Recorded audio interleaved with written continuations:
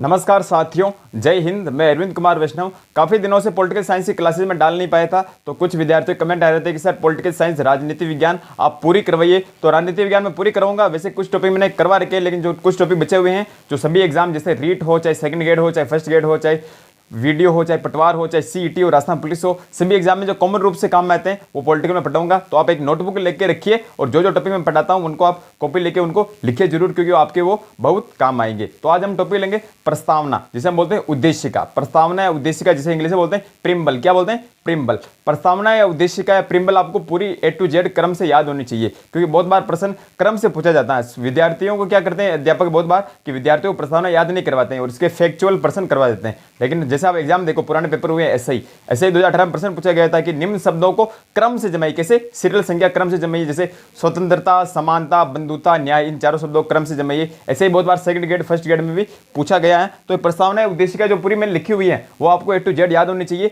तो एक बार मैं बोलता हूं, आप सुनिए और इसे आपको याद करना, चाहे 5 दिन लगे, चाहे 10 दिन लगे, चाहे 15 दिन लगे, लिखिए, बार बार सुनिए, देखिए इसको, लेकिन किसी प्रकार आप इनको याद कीजिए। कक्षा 6 से 12 की हर किताब के पीछे प्रस्तावना लिखी हुई रहती है, देख लेना कभी आप। ठीक है, तो प्रस्तावना में पूरी बोलूंगा, ध्यान से सुनिए कि हम भारत के लोग भारत को एक संपूर्ण प्रभुत्व संपन्न समाजवादी पंथ निरपेक्ष लोकतंत्रात्मक गणराज्य बनाने के लिए तथा उसके समस्त नागरिकों को सामाजिक, आर्थिक और राजनीतिक न्याय, विचार, अभिव्यक्ति, विश्वास, धर्म और उपासना की स्वतंत्रता, प्रतिष्ठा और अवसर की समता प्राप्त कराने के लिए तथा उन सब में व्यक्ति की गरिमा और राष्ट्र की एकता एवं अखंडता को सुनिश्चित करने वाली बंधुता को बढ़ाने के लिए दृढ़ संकल्प होकर अपनी संविधान सभा में आज तारीख 26 नवंबर 1949 ईस्वी मिति मार्क्सिस शुक्ल सप्तमी संवत 2006 विक्रमी को एतद द्वारा इस संविधान को अंगीकृत, अधिनियमित और आत्मार्पित करते हैं। ऐसा पूरा आपको याद होना चाहिए, या कितने भी दिन लगे, लेकिन आपको याद होनी चाहिए कि प्रस्तावना आपके सरकारी नौकरी लगने में बहुत काम आएगी। अगर आपको नौकरी लगना है तो प्रस्तावना आपको पूरी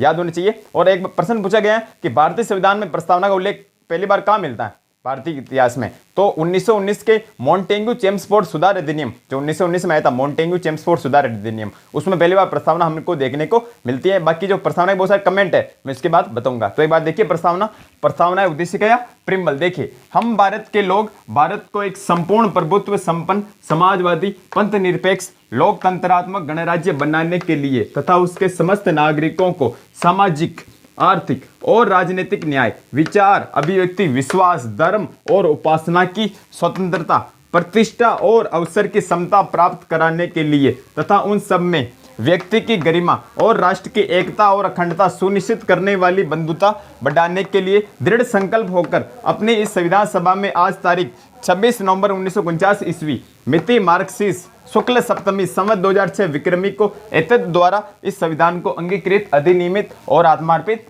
करते हैं। पूरा आपको कंफर्म याद होना चाहिए। और डेट इंग्लिश में, अंग्रेजी वाली 26 नवंबर 1949 और अपने हिंदी माह के अनुसार मिति मार्क्सिस शुक्ल सप्तमी संवत 2006 विक्रमी, ऐसा भी आपको याद होना चाहिए। विशेष लगेगा आपको लिखना कि 1919 के मॉन्टेग्यू चेम्सफोर्ड सुधार अधिनियम में पहली बार प्रस्तावना हमको देखने को मिलती है। स्क्रीनशॉट लीजिए। अब प्रस्तावना कुछ कमेंट देखिए। जवाहरलाल नेहरू ने क्या कहा, सुभाष कश्यप ने क्या कहा, अल्लादी कृष्ण स्वामी अय्यर ने क्या कहा, जवाहरलाल नेहरू ने क्या कहा, भीमराव अम्बेडकर ने क्या कहा, वो कमेंट में आपको लिखूंगा और बात हम स्टेप बाय स्टेप पैराग्राफ लेके इसको पढ़ेंगे। स्क्रीनशॉट लीजिए, आगे बढ़ते हैं। कुछ महत्वपूर्ण कथनों की बात करेंगे कि प्रस्तावनाएं कौन कौन से कथन किस किसने दिए। तो देखिए, कथन है कुछ मुख्यतः कैसे याद करने समझिए। पहले देखिए, प्रस्तावना संविधान का परिचय पत्र है। प्रस्तावना क्या है? परिचय पत्र है, आइडेंटिटी कार्ड है। किसने कहा? N.A. पालकीवाला ने। किसने कहा? N.A. पालकीवाला ने। प्रस्तावना आत्मा है, आभूषण और कुंजी है। मैं शॉर्ट में बता रहा हूं कि प्रस्तावना संविधान की आत्मा है, आभूषण है, कुंजी है। किसने कहा? ठाकुरदास भार्गव ने। किसने कहा? ठाकुरदास भार्गव ने। प्रस्तावना राजनीतिक कुंडली या जन्म कुंडली है। प्रस्तावना क्या है? राजनीतिक कुंडली या जन्म कुंडली है। किसने कहा? के.एम. मुंशी ने, कन्हैयालाल माणकचंद मुंशी, है ना। तो के.एम. मुंशी ने कहा प्रस्तावना राजनीतिक कुंडली या जन्म कुंडली है। ठीक है। प्रस्तावना सार है, आत्मा है। किसने कहा? जवाहरलाल नेहरू ने। प्रस्तावना सार है, आत्मा, किसने कहा? जवाहरलाल नेहरू ने। संविधान शरीर है तो प्रस्तावना आत्मा है। संविधान शरीर है तो प्रस्तावना आत्मा, किसने कहा? सुभाष कश्यप ने। किसने कहा? सुभाष कश्यप ने। ठीक है। दीर्घकालीन सपनों का विचार है। प्रस्तावना दीर्घकालीन सपनों का विचार है। किसने कहा? सर अल्लादी कृष्ण स्वामी अय्यर ने। सर अल्लादी कृष्ण स्वामी अय्यर ने कहा कि प्रस्तावना दीर्घकालीन सपनों का विचार है। प्रस्तावना कुंजी नोट है। क्या है? कुंजी नोट है। किसने कहा? अर्नेस्ट बोरकर ने। किसने कहा? अर्नेस्ट बोरकर ने की प्रस्तावना कुंजी नोट है और प्रस्तावना पवित्र दस्तावेज है। क्या है? पवित्र दस्तावेज। किसने कहा? डॉक्टर भीमराव अंबेडकर जी ने। अब याद कैसे करना है इनको? लिखा तो मैंने दिए, याद कैसे करना समझिए, कैसे याद करना देखिए। प्रस्तावना संविधान का परिचय पत्र, दो शब्द लीजिए, क्या लगेगा? परिचय पत्र, पेपे देर का, और यहाँ भी एन पालकी वाला पेपे, यानी कैसे याद करना? परिचय पत्र पालकी वाला। परिचय पत्र किसने कहा? एन पालकी वाला। तो प्रस्तावना संविधान का परिचय पत्र है, किसने कहा? एन पालकी वाला। परिचय पत्र पालकी वाला, पैसे पालकी वाला। ओके। प्रस्तावना आत्मा आभूषण कुंजी, 3 शब्द हैं, इस शब्द को पकड़िए आप। आभूषण क्या है? आभूषण। आभूषण कौन पहनते हैं? याद करने के लिए बता रहा हूं कि ठाकुर पहनते हैं, ठाकुर जाति के लोग आभूषण ज्यादा पहनते हैं, याद करने के लिए बता रहा हूं, अन्यथा ना ले। तो ठाकुर पहनते हैं आभूषण, तो आभूषण कौन पहनते हैं? ठाकुर। तो ठाकुरदास भार्गव, यानी आभूषण कौन पहनते हैं? ठाकुर। आभूषण कौन पहनते हैं? ठाकुरदास भार्गव। तो प्रस्तावना आत्मा है, आभूषण कुंजी किसने कहा? ठाकुरदास भार्गव। कैसे? आभूषण कौन पहनते हैं? ठाकुर पहनते हैं। ठीक है। प्रस्तावना राजनीतिक कुंडली या जन्म कुंडली, क्या है? कुंडली। क्या शब्द आ रहा? कुंडली आ रहा दोनों जगह, और कुंडली का कै और की का कै, तो कुंडली से कैसे कै, यानी प्रस्तावना राजनीतिक कुंडली या जन्म कुंडली है, किसने कहा? के मुंशी। कैसे के? कन्हैयालाल माणिकचंद मुंशी। तो कै कुंडली कै। ठीक है। सार है आत्मा, किसने कहा? जवाहरलाल नेहरू ने। इसे याद कर लेना है। तो प्रस्तावना संविधान का सार है, प्रस्तावना संविधान आत्मा, किसने कहा? जवाहरलाल नेहरू ने। ठीक है। संविधान शरीर है तो प्रस्तावना आत्मा है। अगर संविधान शरीर है तो प्रस्तावना आत्मा किसने कहा है? सुभाष कश्यप ने। किसे याद करेंगे? सुभाष का क्या होता है? शुभ। क्या होता है? शुभ। और क्या है? शुभ क्या होना चाहिए? शरीर होना चाहिए। क्या होना चाहिए? शरीर। शुभ शरीर। क्या होना चाहिए? शुभ शरीर। शरीर कैसा होना चाहिए? शुभ होना चाहिए। कैसा होना चाहिए? शुभ होना चाहिए। तो शरीर कैसा होना चाहिए? शुभ होना चाहिए। तो शुभ शरीर, यानी पर संविधान शरीर है तो प्रस्तावना आत्मा, किसने कहा? सुभाष कश्यप ने। शुभ शरीर। सुभाष ने क्या कहा? कि शरीर शुभ होना चाहिए। तो संविधान शरीर है तो प्रस्तावना आत्मा, संविधान शरीर है प्रस्तावना आत्मा, किसने कहा? सुभाष कश्यप ने। शुभ शरीर, शुभ शरीर। ठीक है। संविधान शरीर है, प्रस्तावना आत्मा है। क्लियर है। दीर्घकालीन सपनों का विचार है, किसने कहा? अल्लादी कृष्ण स्वामी अय्यर है। अब हम सपने देखेंगे, क्या देखेंगे? सपने किसके देखेंगे? भगवान श्री कृष्ण के। हम सपने किसके देखेंगे? भगवान श्री कृष्ण के। तो ऐसे याद कर लो, सपने, सपने हम किसके देखेंगे? कृष्ण के सपने देखेंगे। सपने किसके देखेंगे? कृष्ण भगवान के। तो सपने देखेंगे हम कृष्ण के। तो प्रस्तावना दीर्घकालीन सपनों का विचार है, किसने कहा? अल्लादी कृष्ण स्वामी अय्यर ने। कृष्ण के सपने देखेंगे। ठीक है। कुंजी नोट, क्या रहा? नोट। नोट कैसा है? अर्नेस्ट बोरकर, यानी बेकार है। कैसा नोट है? बेकार। बोरकर को मैंने क्या लिख दिया? बेकार। तो बेकार नोट, बेकार नोट, यानी कुंजी नोट किसने कहा? बेकार, यानी बोरकर ने। किसने कहा? अर्नेस्ट बोरकर ने। इसे याद करना, बेकार नोट। कुंजी नोट किसने कहा? अर्नेस्ट बोरकर ने। ठीक है। पवित्र दस्तावेज किसने कहा? भीमराव अंबेडकर ने। नॉर्मल नहीं तो याद करने की आवश्यकता है नहीं। पवित्र दस्तावेज किसने कहा? प्रस्तावना को डॉक्टर भीमराव अंबेडकर जी ने। ठीक है। अब देखिए, विश्व के किस संविधान में पहली बार में प्रस्तावना देखने को मिलती है? तो हम सभी जानते हैं कि अमेरिका का संविधान विश्व का पहला लिखित संविधान है, जो 1787 में बना था और 1789 में लागू हुआ था, जिसमें मात्र 7 अनुच्छेद हैं और विश्व का सबसे छोटा संविधान भी है अमेरिका का। तो सबसे पहला अनुच्छेद, पहला संविधान है लिखा हुआ, लिखित संविधान है। तो सबसे पहले प्रस्तावना कहाँ लिखी? अमेरिका में लिखी। तो देखिए, विश्व के संदर्भ में बात करेंगे। विश्व में प्रस्तावना का इतिहास क्या है कि विश्व में सर्वप्रथम अमेरिका के संविधान की प्रस्तावना लिखी गई, क्योंकि अमेरिका का विश्व का पहला लिखित संविधान है। अमेरिका का विश्व का पहला लिखित संविधान है। स्क्रीनशॉट लीजिए, आगे बढ़ते हैं।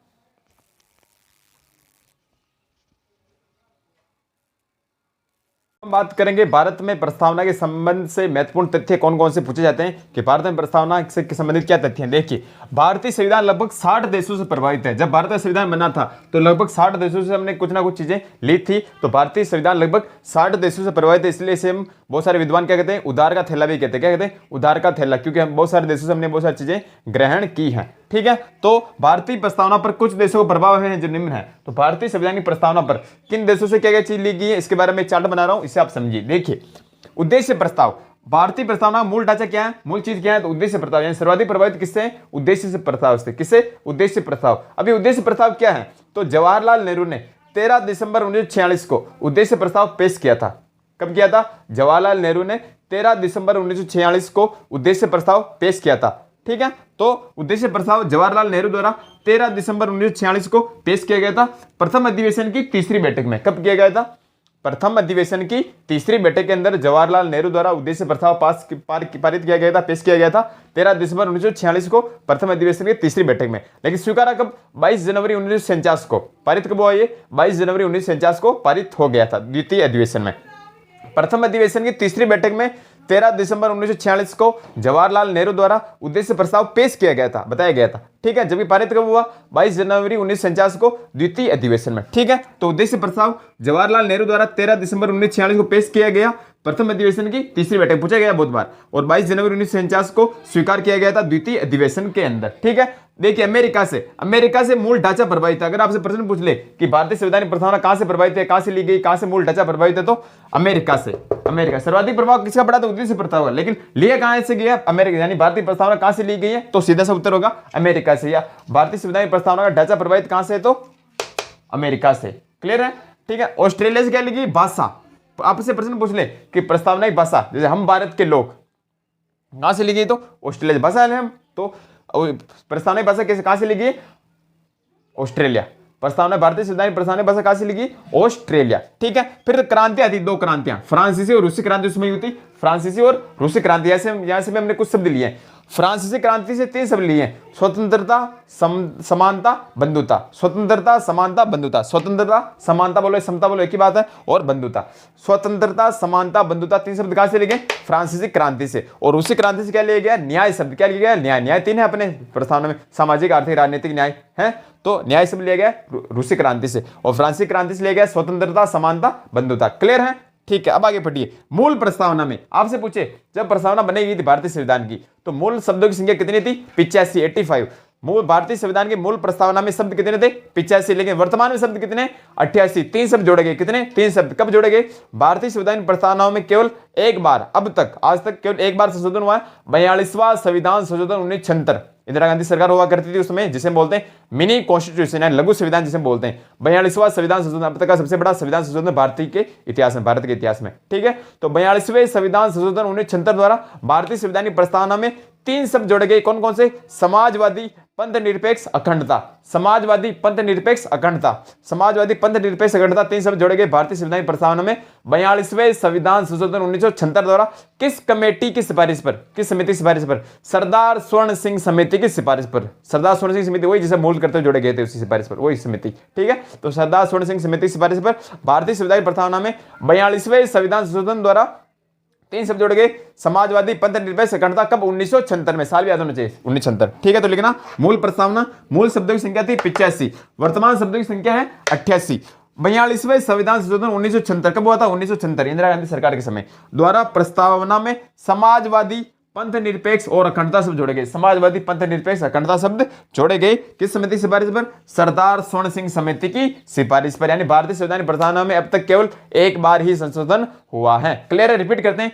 भारत में प्रस्तावना, भारतीय संविधान लगभग 60 देशों से प्रभावित है, इसलिए इसे हम उधार का थैला भी कहते हैं। इसलिए भारतीय प्रस्तावना पर कुछ देशों का प्रभाव है, जिनमें है, देखिए उद्देश्य प्रस्ताव जवाहरलाल नेहरू द्वारा 13 दिसंबर 1946 को पेश किया गया था। बहुत बार पूछा गया डेट, है ना, कब पेश किया गया उद्देश्य प्रस्ताव, तो जवाहरलाल नेहरू द्वारा 13 दिसंबर 1946 को उद्देश्य प्रस्ताव पेश किया गया। प्रथम अधिवेशन की तीसरी बैठक में 22 जनवरी 1949 को स्वीकार कर लिया गया। द्वितीय अधिवेशन में अमेरिका से क्या प्रभावित है, प्रस्तावना का ढांचा प्रभावित है। ऑस्ट्रेलिया से क्या ली गई, भाषा प्रभावित है, भाषा। क्रांति 2 है, फ्रांसीसी, रूसी क्रांति। फ्रांसीसी क्रांति सब ले गए, स्वतंत्रता, समानता, बंधुता। और रूसी क्रांति से न्याय प्रभावित है। ठीक है, मूल प्रस्तावना, मूल शब्दों की संख्या थी 85, वर्तमान में शब्दों की संख्या 88। कितनी बार संशोधन हुआ, एक बार। कितने शब्द जोड़े गए, 3 शब्द जोड़े गए। 42वें संविधान संशोधन 1976 द्वारा 3 शब्द समाजवादी, पंथ निरपेक्ष, अखंडता शब्द जोड़े गए सरदार स्वर्ण सिंह समिति की सिफारिश पर। क्लियर होगा, स्क्रीनशॉट लीजिए। अब हम आगे पैराग्राफ एक एक लेके पढ़ेंगे। ठीक है, प्रस्तावना को मैं 3 पैराग्राफ में बांट के आपको पढ़ूंगा। 3 पैराग्राफ में बांटूंगा प्रस्तावना को। तो पहला पैराग्राफ में जो शब्द आएंगे वो हम पढ़ेंगे, बाकी दूसरा तीसरा पैराग्राफ अगले वाली वीडियो में बात करेंगे। तो पहला पैराग्राफ देखिए, हम भारत के लोग भारत को एक संपूर्ण प्रभुत्व संपन्न समाजवादी, पंथ निरपेक्ष, लोकतंत्रात्मक गणराज्य बनाने के लिए तथा उसके समस्त नागरिकों को तकिए में पढ़ना है। हम भारत के लोग भारत को एक संपूर्ण प्रभुत्व संपन्न समाजवादी, पंथ निरपेक्ष, लोकतंत्रात्मक गणराज्य बनाने के लिए तथा उसके समस्त नागरिकों को, यहां तक कौन कौन शब्द आ रहे हैं उसके बारे में व्याख्या करेंगे। तो देखिए व्याख्या करेंगे। पहले शब्द आ रहा हम लोग शब्द आ रहा, हम लोग शब्द। तो प्रश्न आपसे पूछ ले कि हम लोग शब्द कहां से लिया गया है, तो अमेरिका या यूएनओ की संविधान से, यानी प्रस्तावना से। तो हम लोग शब्द कहां से लिया गया, अमेरिका या यूएनओ की प्रस्तावना से लिया गया।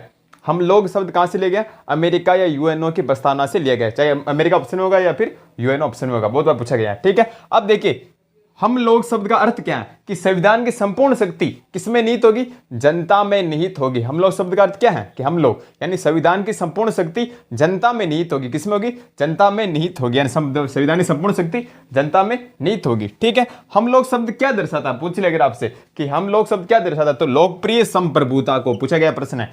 कि हम लोग शब्द किसको दर्शाता है, किसको अंकित करता है, तो लोकप्रिय संप्रभुता को इंगित करता है। ठीक है, और भारत शब्द का उल्लेख कितनी बार आया, हम भारत के लोग भारत को, यानी एक और दो बार शब्द आ रहा, हम भारत के लोग भारत को, 2 बार प्रयोग आ रहा, तो भारत शब्द कितनी बार उल्लेख हुआ प्रस्तावना में, 2 बार। ठीक है, शब्दों को क्रम से जमाइए, ऐसे ही में आया हुआ है सेकंड ग्रेड फर्स्ट ग्रेड, बहुत बार प्रश्न पूछा गया कि निम्न शब्दों को क्रम से जमाइए, तो शब्द कौन कौन से आएंगे, संपूर्ण प्रभुत्व संपन्न, समाजवादी, पंथ निरपेक्ष, लोकतंत्रात्मक, गणराज्य। संपूर्ण प्रभुत्व संपन्न, संपूर्ण प्रभुत्व संपन्न, समाजवादी, पंथ निरपेक्ष, लोकतंत्रात्मक, गणराज्य। संपूर्ण प्रभुत्व संपन्न, समाजवादी, पंथ निरपेक्ष, लोकतंत्रात्मक, गणराज्य, ये होगा सही क्रम, क्रम याद होना चाहिए आपको। ठीक है, अब एक एक शब्द लेंगे हम, पहले शब्द लेंगे संपूर्ण प्रभुत्व संपन्न। इसका अर्थ क्या, संपूर्ण प्रभुत्व संपन्न यानी हमारा देश आंतरिक रूप से सर्वोच्च है और बाह्य रूप से स्वतंत्र है।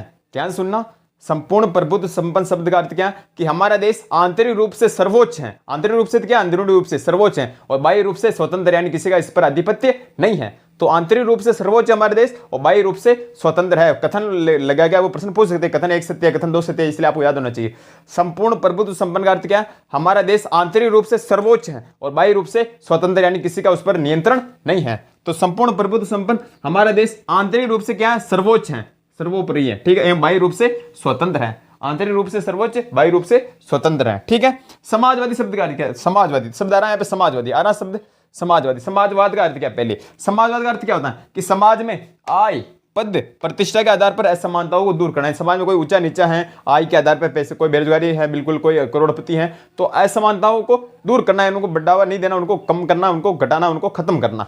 तो समाजवाद का अर्थ क्या होता है कि समाज में आय, पद, प्रतिष्ठा के आधार पर असमानताओं को दूर करने की विचारधारा, यानी सभी गरीब अमीर को बराबर लाने की विचारधारा, आय हो, पद हो, प्रतिष्ठा, उसके आधार पर असमानताओं को दूर करना, उन दोनों को बराबर लाने की कोशिश करना, ये किसका अर्थ है, समाजवाद का अर्थ है। ठीक है, समाजवादी विचारधारा होती है, समाजवादी विचारधारा। ठीक है, हमारे देश में कैसा समाजवाद है, प्रश्न आपसे पूछ ले तो मिश्रित एवं लोकतांत्रिक समाजवाद है, वेरी वेरी इंपॉर्टेंट।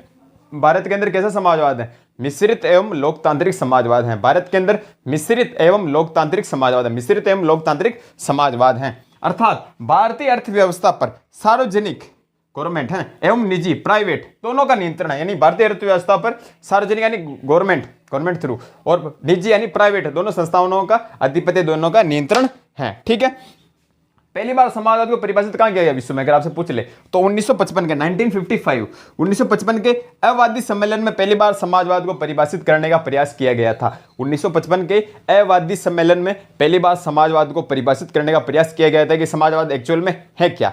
ठीक है, आ गया होगा समझ में, रिपीट करते हैं पूरा। देखिए पहला पैराग्राफ मैंने बता रहा हूं मैं आपको, हम भारत के लोग भारत को एक संपूर्ण प्रभुत्व संपन्न, समाजवादी, पंथ निरपेक्ष, लोकतंत्रात्मक, गणराज्य बनाने के लिए तथा उसके समस्त नागरिकों को, यहां तक हम बात करें। ठीक है, सब व्याख्या करेंगे। पहला शब्द लेंगे हम लोग शब्द कहां से लिया गया, अमेरिका या यूएनओ की प्रस्तावना से। हम लोग शब्द का अर्थ क्या है कि संविधान की संपूर्ण शक्ति किसमें निहित होगी, जनता में। किसमें होगी, जनता में संविधान की संपूर्ण शक्ति निहित होगी। हम लोग शब्द किसको दर्शाता है, लोकप्रिय संप्रभुता को दर्शाता है। हम लोग शब्द लोकप्रिय संप्रभुता को दर्शाता है। ठीक है, भारत शब्द कितनी बार उल्लेख हुआ प्रस्तावना में, 2 बार। हम भारत के लोग भारत को, 2 बार शब्द आया भारत। ठीक है, शब्दों को क्रम से जमाइए, संपूर्ण प्रभुत्व संपन्न, समाजवादी, पंथ निरपेक्ष, लोकतंत्रात्मक, गणराज्य, 5 शब्द का क्रम आपको याद होना चाहिए। ठीक है, पहला शब्द लेंगे संपूर्ण प्रभुत्व संपन्न। क्या अर्थ है इसका कि हमारा देश आंतरिक रूप से सर्वोच्च है और बाह्य रूप से स्वतंत्र है। ठीक है, समाजवादी, समाजवाद का अर्थ क्या है कि समाज में आय, पद, प्रतिष्ठा के आधार पर असमानताओं को दूर करने की विचारधारा। ठीक है, भारत में कैसा समाजवाद है तो मिश्रित एवं लोकतांत्रिक समाजवाद है। भारत में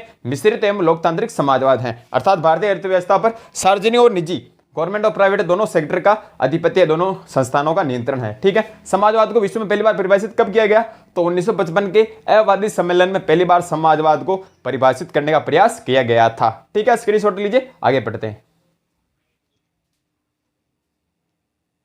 कुछ शब्द बचे हुए हैं, इनके बारे में बात करेंगे। पहला पैराग्राफ पूरा हम करेंगे। देखिए पहला शब्द आता है पंथ निरपेक्ष। पंथ निरपेक्ष या धर्म निरपेक्ष क्या है कि भारत का कोई भी राजकीय धर्म नहीं होगा। ऐसा नहीं कि भारत हिंदुस्तान है तो केवल हिंदू इसमें रहेंगे, हिंदू राजकीय धर्म है, नहीं। भारत का कोई भी राजकीय धर्म नहीं होगा और ये सभी धर्मों को समान रूप से बढ़ावा देगा, चाहे कोई सा भी धर्म हो, चाहे कोई अल्पसंख्यक समुदाय हो, चाहे मुस्लिम हो, सिख हो, ईसाई हो, कोई सा भी धर्म हो, सिंधी हो, सभी को समान रूप से बढ़ावा देगा। तो पंथ निरपेक्ष धर्म निरपेक्ष का अर्थ क्या है, पंथ निरपेक्ष या धर्म निरपेक्ष का अर्थ क्या है कि भारत का कोई भी राजकीय धर्म नहीं होगा, यानी भारत का कोई भी राजकीय धर्म नहीं है। ऐसा नहीं कि हिंदुस्तान है हिंदू धर्म हो गया राजकीय, नहीं है। ठीक है। तो भारत का कोई भी राजकीय धर्म नहीं होगा और ये सभी धर्मों को समान रूप से बढ़ावा देगा, यानी भारत का कोई भी राजकीय धर्म नहीं होगा और सभी धर्मों को समान रूप से बढ़ावा देगा भारत। पंथ निरपेक्षता का अर्थ ये है, ठीक है। लोकतंत्रात्मक, अगला शब्द आता है लोकतंत्रात्मक। देखिए इस शब्द की उत्पत्ति लोकतंत्र से मानी जाती है, डेमोक्रेसी, लोकतंत्र से मानी जाती है। लोकतंत्र अंग्रेजी के शब्द डेमोक्रेसी, कौन शब्द है, डेमोक्रेसी, तथा ग्रीक भाषा के शब्द डेमोस प्लस क्रेसी शब्द से मिलकर बना है।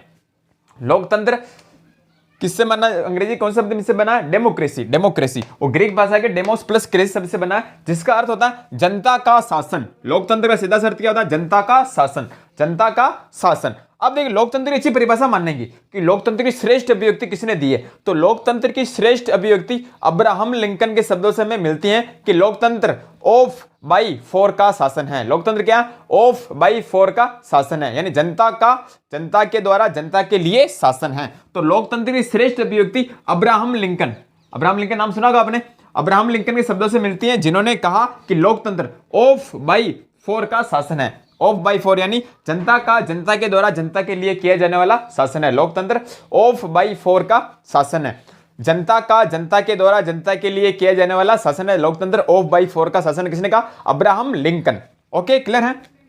लोकतंत्र कितने प्रकार का होता है, दो प्रकार का, प्रत्यक्ष लोकतंत्र और अप्रत्यक्ष लोकतंत्र। ज्यादा डिटेल में नहीं बताऊंगा क्योंकि डीपली ज्यादा हो जाएगा। लोकतंत्र दो प्रकार होता है, प्रत्यक्ष लोकतंत्र और अप्रत्यक्ष लोकतंत्र। पहली बात करेंगे प्रत्यक्ष लोकतंत्र कहां है, तो प्रत्यक्ष लोकतंत्र का जनक यूनान को माना जाता है। यूनान नाम सुना होगा, यूनान साइकोलॉजी में आता है। तो लोकतंत्र शब्द का, ये प्रत्यक्ष लोकतंत्र का जनक किसे माना जाता है, यूनान को माना जाता है। और वर्तमान में ये स्विट्जरलैंड में देखने को मिलता है। प्रत्यक्ष लोकतंत्र हमें वर्तमान में स्विट्जरलैंड में देखने को मिलता है, इसलिए स्विट्जरलैंड को प्रत्यक्ष लोकतंत्र का घर भी कहा जाता है। स्विट्जरलैंड को प्रत्यक्ष लोकतंत्र का घर भी कहा जाता है। प्रश्न आपसे पूछ ले कि प्रत्यक्ष लोकतंत्र अगर किसी देश को कहते हैं तो स्विट्जरलैंड को कहते हैं, और अप्रत्यक्ष लोकतंत्र बाकी सभी देशों में पाया जाता है, लगभग सभी देशों में, ठीक है। तो अप्रत्यक्ष लोकतंत्र लगभग सभी देशों में, ठीक है। अगला शब्द आता है गणराज्य। गणराज्य, रिपब्लिक, व्हाट इज रिपब्लिक। गणराज्य शब्द क्या, केवल भारत के नहीं विश्व के संदर्भ में कहीं भी गणराज्य शब्द हैं। तो गणराज्य का अर्थ होता है कि उस देश का शासनाध्यक्ष यानी मुख्य अध्यक्ष वो वंशानुगत नहीं होता। ऐसा नहीं कि उसका बेटा बेटा बन रहा है राजा, ऐसा नहीं होता। यानी भारत में पहला पद कौन सा, संवैधानिक प्रमुख राष्ट्रपति होता है। तो राष्ट्रपति निर्वाचित होता है, इलेक्टेड होता है, चुनाव होते हैं उसके, ना कि वो वंशानुगत होता है। ऐसा नहीं कि राष्ट्रपति हुआ उसका बेटा राष्ट्रपति, उसका बेटा राष्ट्रपति, ऐसा पीढ़ी दर पीढ़ी नहीं चलता। यानी भारत का राष्ट्रपति निर्वाचित होता है, वंशानुगत नहीं होता है। इसे हम क्या बोलते हैं, गणराज्य। यानी किसी भी देश का शासनाध्यक्ष मुख्य अध्यक्ष वंशानुगत नहीं होकर निर्वाचित होता है, यानी इलेक्टेड होता है। और गणराज्य शब्द कहां से लिया गया, फ्रांस से लिया गया। फ्रांस से, कहां से लिया गया, फ्रांस से लिया गया, जो मैंने संवैधानिक स्रोत में भी आपको बताया था, ठीक है। तो गणराज्य यह शब्द फ्रांस से लिया गया है। अर्थ क्या है इसका, कि भारत का राष्ट्रपति निर्वाचित इलेक्टेड होता है, ना कि वंशानुगत, वंशानुगत नहीं होता। भारत का राष्ट्रपति निर्वाचित होता है, वंशानुगत नहीं होता है। रिपीट करते हैं, देखिए पंथ निरपेक्ष या धर्म निरपेक्ष, हमारे देश का कोई भी राजकीय धर्म नहीं होगा और ये सभी धर्मों को समान रूप से बढ़ावा देगा। अगला शब्द है लोकतंत्रात्मक। लोकतंत्रात्मक शब्द की उत्पत्ति लोकतंत्र से, लोकतंत्र अंग्रेजी के डेमोक्रेसी और ग्रीक भाषा के डेमोस प्लस क्रेसी से मिलकर बना, जिसका अर्थ होता है जनता का शासन, ठीक है।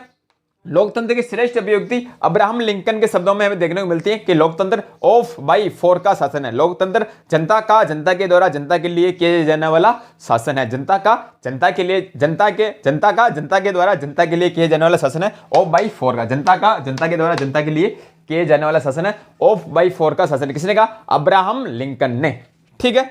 लोकतंत्र दो प्रकार होता है, प्रत्यक्ष लोकतंत्र और अप्रत्यक्ष लोकतंत्र। प्रत्यक्ष लोकतंत्र का जनक किसे कहा जाता है, यूनान को कहा जाता है, और ये स्विट्जरलैंड में देखने को मिलता है, इसलिए स्विट्जरलैंड देश को प्रत्यक्ष लोकतंत्र का घर भी कहा जाता है। और अप्रत्यक्ष लोकतंत्र लगभग सभी देशों में देखने को हमें मिलता है। क्लियर है। अगला चीज आती है इसमें गणराज्य। गणराज्य शब्द की कहां से लिया गया, फ्रांस से लिया गया। और गणराज्य अर्थ क्या होता है कि भारत का राष्ट्रपति निर्वाचित होता है, वंशानुगत नहीं होता है। यह है प्रस्तावना का पहला पैराग्राफ, मैंने आपको करा दिया नागरिकों को तक, ठीक है। दूसरा तीसरा पैराग्राफ अगले वाले वीडियो में पढ़ाएंगे, और इसके बाद प्रस्तावना की जो वाद है, जिससे प्रश्न बहुत बार पूछा गया, वो मैं आपको पूरा लेवल के साथ कराऊंगा। स्क्रीनशॉट लीजिए और नोट्स बनाइए पूरे कंप्लीट लेवल के साथ, छुट्टे का सदुपयोग कीजिए, जीवन में आपको सफलता जरूर मिलेगी। और भी कोई समस्या हो तो आप कमेंट करना, मैं कोशिश करूंगा आपका जवाब देने की, ठीक है। धन्यवाद।